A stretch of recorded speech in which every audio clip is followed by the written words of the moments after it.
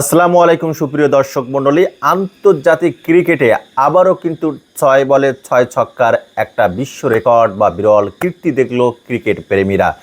সুপ্রিয় দর্শক মণ্ডলী, ঘরোয়া ক্রিকেটে কিন্তু এ কীর্তি রয়েছে অনেকেরই, এবং ক্রিকেট প্রেমী বা খেলাপ্রেমী যারা রয়েছেন, স্যার গ্যারি সোবার্স এবং রবি শাস্ত্রীর নাম তো আপনাদের মুখস্থ থাকারই কথা। তবে আন্তর্জাতিক ক্রিকেটের এই অবিশ্বাস্য কীর্তিটা সর্বপ্রথমে গড়েন 2007 সালের ওয়ানডে বিশ্বকাপে দক্ষিণ আফ্রিকার ব্যাটার হার্টসেল গিবস নেদারল্যান্ডসের বিপক্ষে।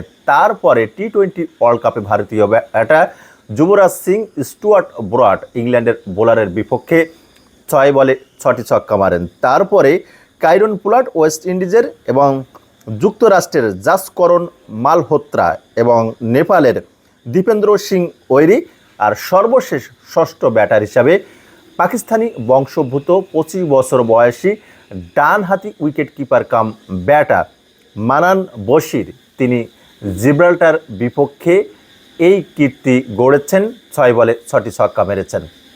মানান বশির সম্পর্কে বলছিলাম সুপ্রিয় দর্শক মণ্ডলী।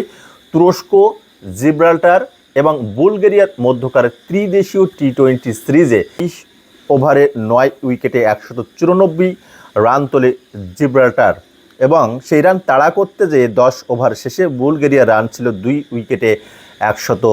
16তম ওভারে জিব্রাল্টার অধিনায়ক ইয়ান ল্যাটিন বোলিংয়ে আনেন কবির মিরপুরিকে, এবং কবির মিরপুরিকে বুলগেরিয়ার ব্যাটার মানান বশির তিনি 6 বলে 6টি ছক্কা মারেন, এবং এই অনন্য কীর্তি তিনি গড়তে সক্ষম হন।